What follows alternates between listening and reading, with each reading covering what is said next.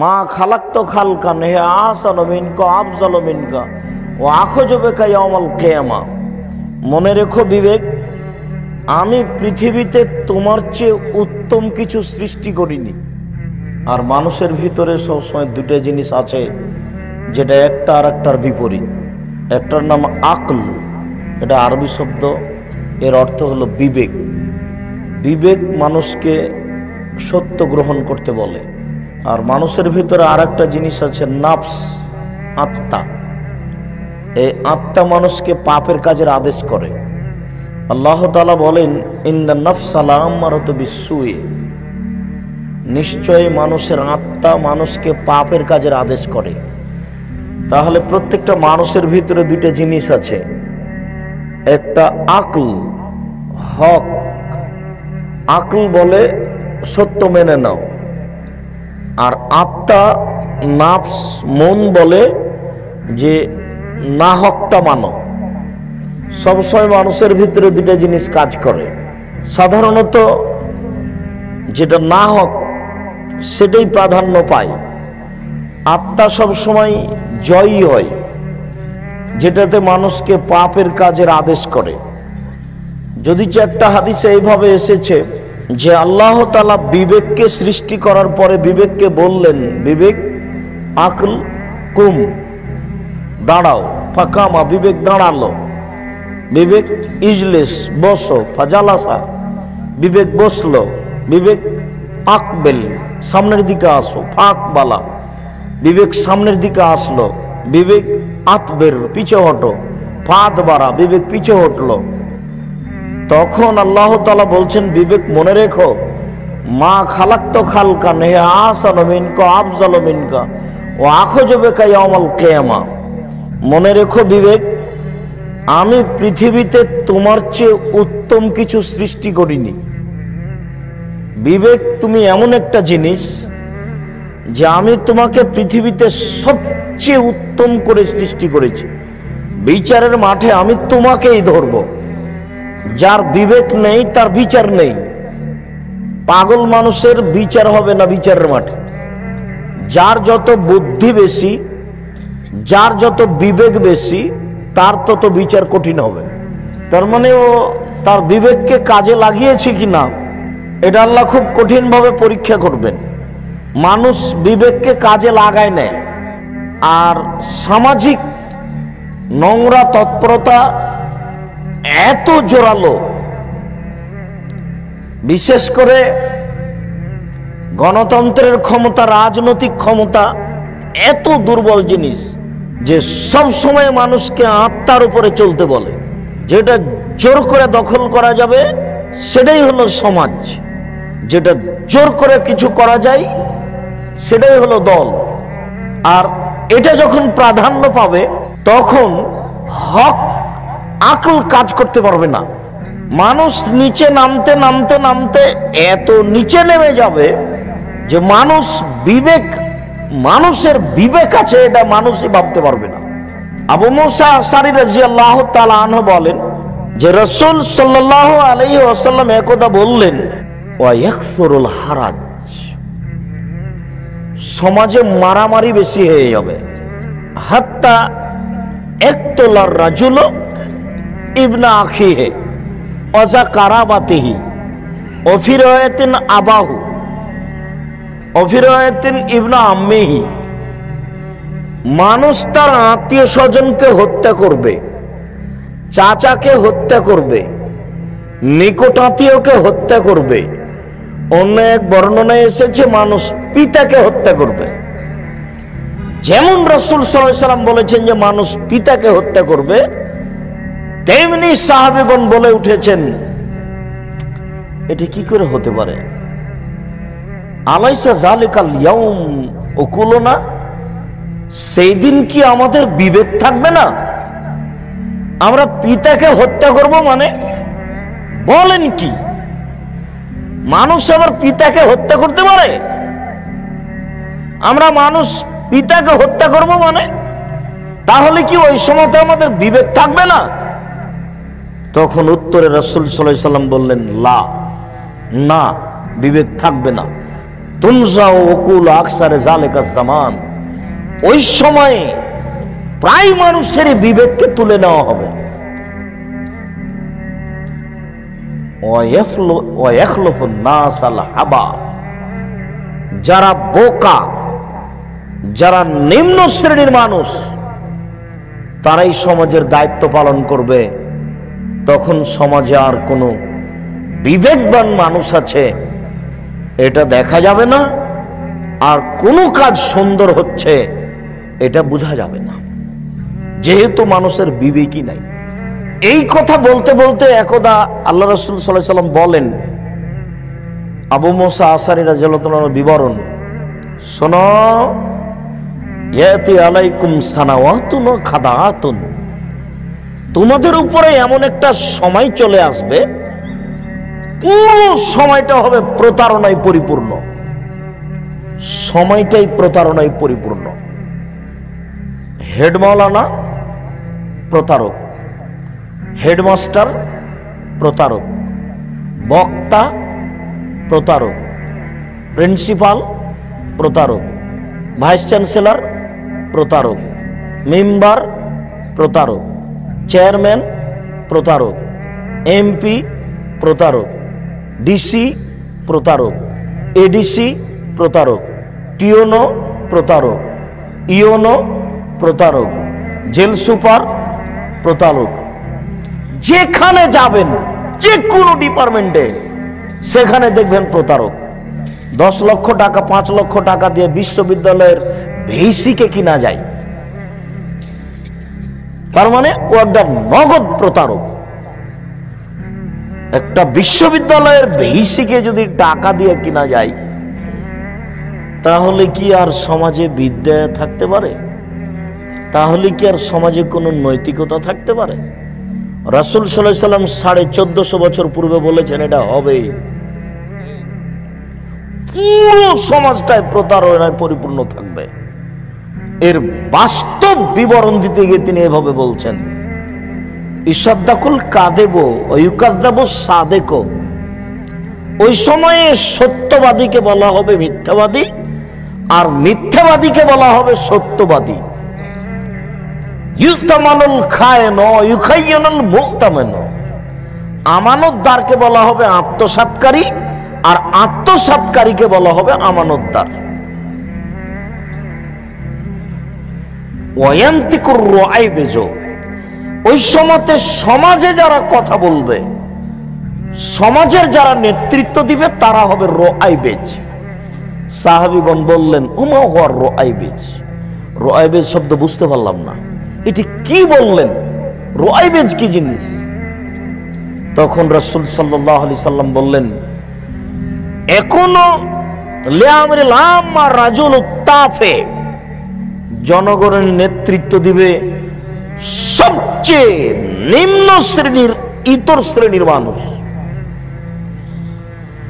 কয়েকদিন আগে বিলের ধারে গামছা পরে খালি পায়ে ছাগল চড়াতো, সেই দিবে নেতৃত্ব। তখন আর বিবেক দিয়ে কোনো কাজ হবে না, তখন শুধু মন আত্মা দিয়ে, নাফস দিয়ে কাজ হবে। আর এই একটা নীতি, একটা আশ্চর্য নীতি, যে নারায়ণগঞ্জ জেলা না, এটা ঢাকা জেলা, একটা ঢাকা জেলার ডিসি বা নারায়ণগঞ্জ জেলার একটা ডিসি, একটা ডিসি কে এই ডিসি পদে আসতে কত যে পরীক্ষা দিতে হয়, আর কত শিক্ষা অর্জন করা লাগে, কত গ্লানি বহন করা লাগে। এরপরে তিনি হন ডিসি, এরপরে তিনি হন ডিস্ট্রিক্ট ম্যাজিস্ট্রেট। আর এই সমাজের নীতিতে মেয়র হয়েছেন একটা ভোটের জয়ী ভিত্তিতে। আমি দেখছি যে এই মেয়র কয়দিন আগে খালি পায়ে গামছা পরে বিলের ধারে ছাগল চড়াচ্ছিল। এখন এই মেয়র ডিসি কে উঠতে বললে উঠে, আর ডিসি কে বসতে বললে বসে। আমার একটা বাস্তব দৃশ্য সেই দিন থেকে আমার এই বক্তব্যের একটা এত জোরালো পয়েন্ট বের হয়ে এসেছে যে মেয়র ডিসিকে যেভাবে বলছেন সেভাবে ডিসি বলছেন আচ্ছা ঠিক আছে স্যার, আচ্ছা ঠিক আছে স্যার, আচ্ছা ঠিক আছে স্যার। মেয়র বলছেন আর উনি বলছেন যে আচ্ছা ঠিক আছে স্যার। আমি তো দৃশ্য দেখে অবাক হয়ে গেলাম যে এটা কি করে হতে পারে, তাহলে এই সমাজ কল্যাণ পেতে পারে কি করে? মানুষের ভিতরে দুইটা জিনিস আছে, একটার নাম আকল আর একটার নাম নফস। আকল বিবেক সবসময় মানুষকে ভালো কাজের আদেশ করে, আর নফস আত্মা সবসময় মানুষকে পাপের কাজের আদেশ করে। আর মানুষ ধ্বংস হবে ওই সময়তেই যখন মানুষ মন মতো চলবে, নফসে মনে যেটা বলছে সে অনুযায়ী চলবে। এ কারণেই আবু হুরায়রা রাদিয়াল্লাহু তাআলা আনহু বলেন, রাসূল সাল্লাল্লাহু আলাইহি সাল্লাম বলেছেন, হুজবাতিল জান্নাত বিল মাকারিহি ও হুজবাতিন নার বিশাহওয়াত। নিয়ম নীতি কষ্ট ক্লেশ দ্বারা জান্নাত ঘেরা আছে, আর প্রবৃত্তি মনের ইচ্ছে দ্বারা জাহান্নাম ঘেরা আছে। মানুষ যখন মন মতো চলবে তখন মানুষ জান্নাত পাবে না, জাহান্নাম পাবে। আর মন মতো চলবে প্রায় মানুষই। হক গ্রহণ করা খুব কঠিন, আর মিথ্যা পরিহার করা খুব কঠিন। কথায় কথায় মানুষের উদ্দেশ্য সবল করার জন্য মানুষকে মিথ্যা কথা বলা লাগে। ছেলে মায়ের কাছ থেকে টাকা নেবে মিথ্যা কথা বলে, ছেলে স্যারের কাছে মিথ্যা কথা বলছে। 10 টাকার কারণে একটা লোক মিথ্যা কথা বলছে, তার মানে মিথ্যা কোনো পাপের কাজ নয়। অথচ এই মিথ্যা না বললে সুলিও হবে না, ফাঁসিও হবে না। কিন্তু মিথ্যার আশ্রয় নিতে মানুষ সামান্যতম দ্বিধাবোধ করে না, করবে না। হক গ্রহণ করা তো খুবই কঠিন। হক গ্রহণ করা খুবই কঠিন কিনা একটু দেখি, আমি বাস্তব পরীক্ষা করে। এখন আবু হুরায়রা রাদিয়াল্লাহু তাআলা আনহু বলেন, রাসূল সাল্লাল্লাহু আলাইহি ওয়াসাল্লাম বলেছেন, সালাসা, 3 শ্রেণীর মানুষ রয়েছে, লা তাদখুলুল জান্নাতা আবাদা, তারা কখনো জান্নাতে যাবে না, তারা জাহান্নামে যাবেই। 3 শ্রেণীর মানুষ রয়েছে, তারা কখনো জান্নাতে যাবে না, তারা জাহান্নামে যাবেই। তার 1 শ্রেণীর মানুষ হচ্ছে মদমিনুল খামর, যারা নিয়মিত বিড়ি তামাক জর্দা সিগারেট গুল নেশাদার দ্রব্য খায় পান করে, তারা জাহান্নামে যাবেই। দেখি আজকে উপস্থিত সবাই আছেন, হক গ্রহণ করতে পারেন কিনা আজকে এখন বলেন। জিন্দেগিতে আর কোনোদিন সিগারেট মুখে দিব না, বলেন দেখি। হক গ্রহণ করা কত কঠিন দেখা যাবে, হক গ্রহণ করা কত জটিল। এক কথাতেই মনের ভিতরে 19-20 করছে যে কেমনে এটা গ্রহণ করি, টিকতে পারি কিনা। তবে মনে রাখবেন, মানুষই টিকতে পারে, পশু প্রাণী পারে না। হক গ্রহণ করতে কে পারে? মানুষই পারে, পশু প্রাণী পারে না। পশু প্রাণীর উপরে এই বিধান দেওয়া হয়নি। আল্লাহ বলছেন যে আমি বিধান নিয়ম নীতি দিয়েছিলাম পাহাড়ের উপরে, আমি দিয়েছিলাম আকাশের উপরে, জমিনের উপরে দিয়েছিলাম। বলেছিলাম যে তোমরা নিয়ম নীতি মেনে চলো। আকাশ পাহাড় নাকচ করে দিয়েছে, না না না না, আমি ওরকম, আমরা নিয়ম নীতি মানতে পারবো না। ফাহামালাহাল ইনসান, মানুষ এটা বহন করেছে। মানুষ বলেছে আমরা পারবো।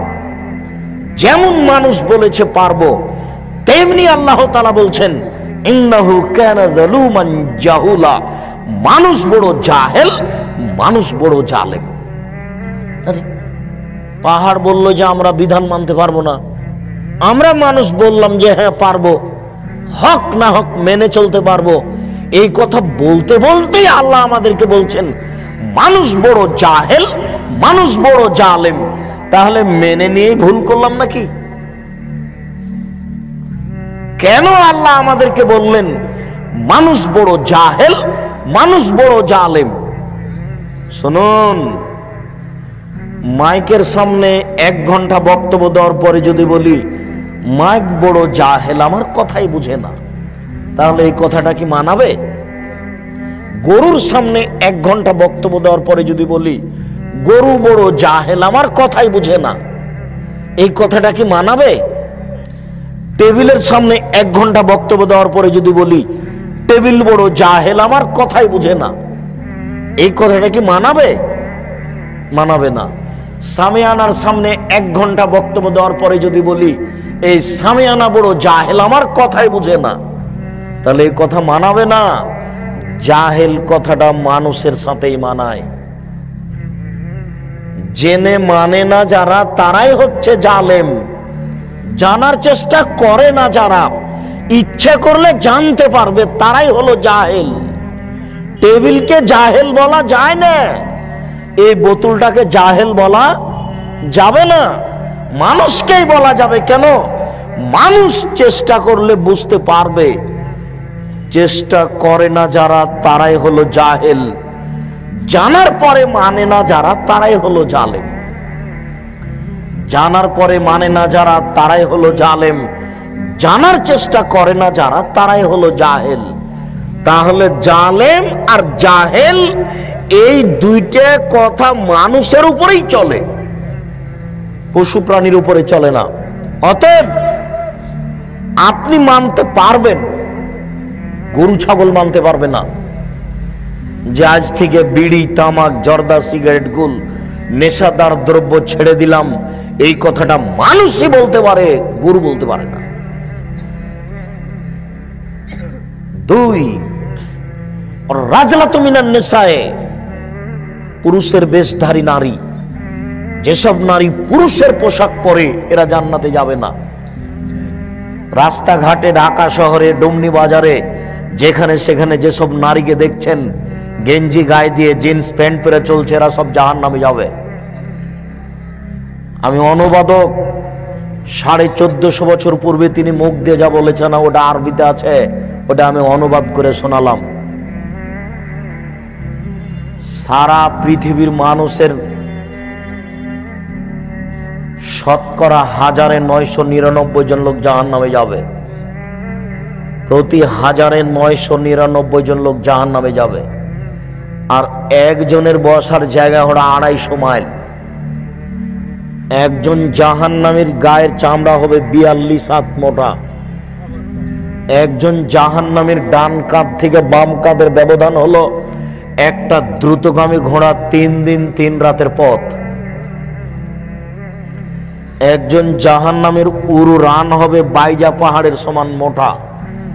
বাইজা পাহাড় হলো 39 কিলোমিটার লম্বা। একজন জাহান্নামীর দাঁত হবে ওহুদ পাহাড়ের সমান। ওহুদ পাহাড় হলো 4 কিলোমিটার প্রশস্ত আর 8 কিলোমিটার লম্বা। একজন জাহান্নামীর দাঁত হবে ওহুদ পাহাড়ের সমান। একজন জাহান্নামীর বসার জায়গা হবে 250 মাইল মক্কা থেকে মদিনা। একজন জাহান্নামীর উরু রান হবে বাইজা পাহাড়ের সমান। একজন জাহান্নামীর গায়ের চামড়া হবে 42 হাত মোটা। এর পরেও সমস্ত মানুষ, শুধু জাহান্নামী কেন, সারা পৃথিবীর মানুষ, যত জীবজন্তু আছে, জিন মানুষ আছে, সব যদি একসাথে জাহান্নামে ঢোকে তো দরজা দিয়ে ঢুকতে কোনো সমস্যা হবে না।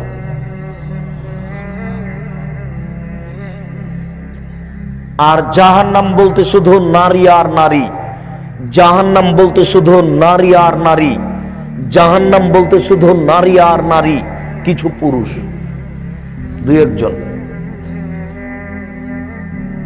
আপনার মেয়ে হাজার হাজার মানুষকে পাপী করছে, নগ্ন হয়ে চলে, আপনার মেয়ে জান্নাতে যাবে, এটা আপনি কি করে বুঝলেন? আর আপনি জান্নাতে যাবেন, এটা আপনি কি করে বুঝলেন?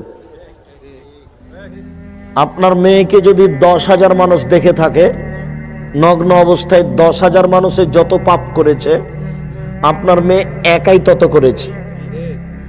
10,000 মানুষে যত পাপ করেছে, আপনি একাই তত পাপ করেছেন। এক পাপ 3 ভাগে বিভক্ত। 10,000 মানুষ, আপনি আর আপনার মেয়ে, এই 3 জন। এবার 3 জনে 3 10 হলো 30। আপনার মেয়েকে যদি 10,000 মানুষ নগ্ন অবস্থায় দেখে থাকে, তাহলে 10,000 মানুষ পাপী। 10,000 মানুষ যত পাপ করেছে, আপনার মেয়ে একাই তত করেছে। আপনার মেয়ে একাই যত করেছে, আপনি একাই তত করেছেন। কেন? জন্ম দিয়েছেন আপনি, আমি দিনি। জন্ম দিয়েছেন আপনি, জবাব দিব আমি, এটা আপনি কি করে বুঝলেন? ওই যে এখনো আপনার মেয়ে ওই ঘরে বসে আছে মাথায় কাপড় না দিয়ে, জবাব আমি দিব। ওকে হিন্দুর মেয়ে, ওকে ইহুদির মেয়ে, শরম হয় না, লজ্জা হয় না? বিবাহ করেছেন কেন? আপনি মুসলিম নন, খারাপ লাগে না? লজ্জা থাকা উচিত। লজ্জা কি বেঁচে খেয়েছেন? মেয়ে নগ্ন হয়ে চলে কেন? আপনি মুসলমান নন, লজ্জা লাগে না, খারাপ লাগে না? লজ্জা কি বেঁচে খেয়েছেন?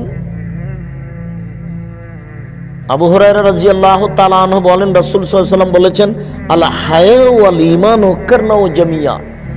লজ্জা এবং ঈমান দুটো একসাথে জমা ধরে আছে। আচ্ছা, ওই ছেলেটা ও উঠে যাচ্ছে, আপনি খেয়াল করছেন না কেন? ও তো কথা বুঝতে পারে না। আর যার সামনে দিয়ে যাবে, ও তো কথা ধরতে পারবে না।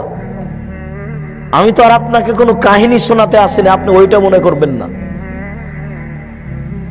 পাথরের মতো বসে থাকতে হবে, প্রত্যেকটা কথাকে মনে করতে হবে 1 কোটি টাকা মূল্য। ওই যে দোকানে এখনো বসে আছে, আপনি যান ওখানে বসে থাকেন, এখানে এসেছেন কেন?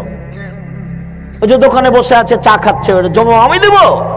ওর বাপ ওকে জন্ম দিয়েছে, ওর বাপ জবাব দিবে, আমি দিব কেন? ও জানে না যে আব্দুর রাজ্জাক সাহেব কথা বলতে এসেছে, আমি টিভি নিয়ে বসে আছি কেন? ও বুঝতে পারে না যে আমি দোকানে বসে আছি কেন? আব্দুর রাজ্জাক সাহেব কোনোদিন রূপক কথা বলে না, এটা তার জানা নাই, তার বাপ জানাতে পারেনি। জন্ম দিতে হলে আগে ক্ষমতা অর্জন করতে হবে, তারপরে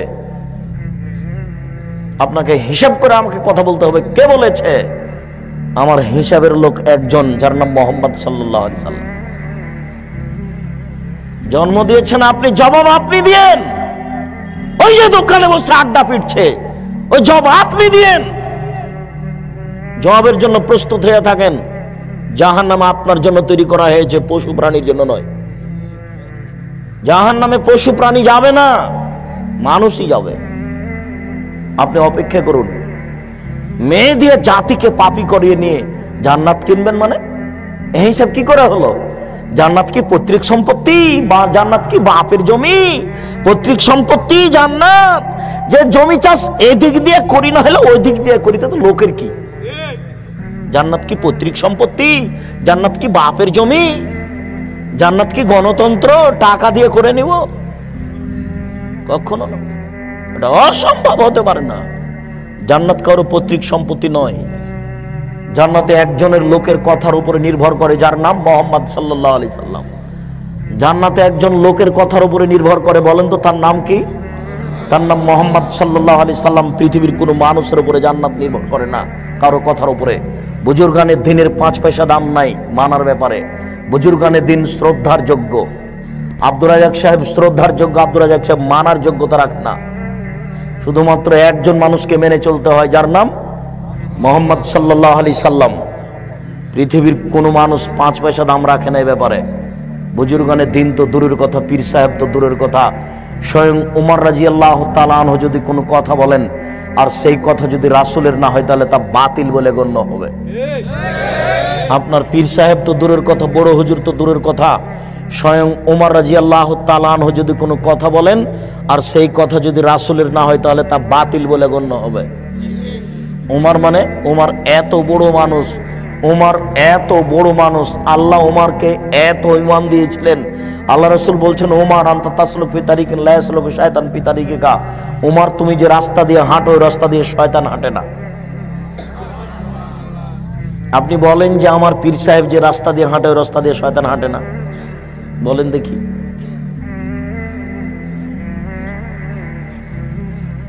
কেউ তো বলবে যে আপনার পীর সাহেবকে শয়তানি চালায়, না হলে অন্যায় করছে কেন, এরকম কথা বলবে কেন?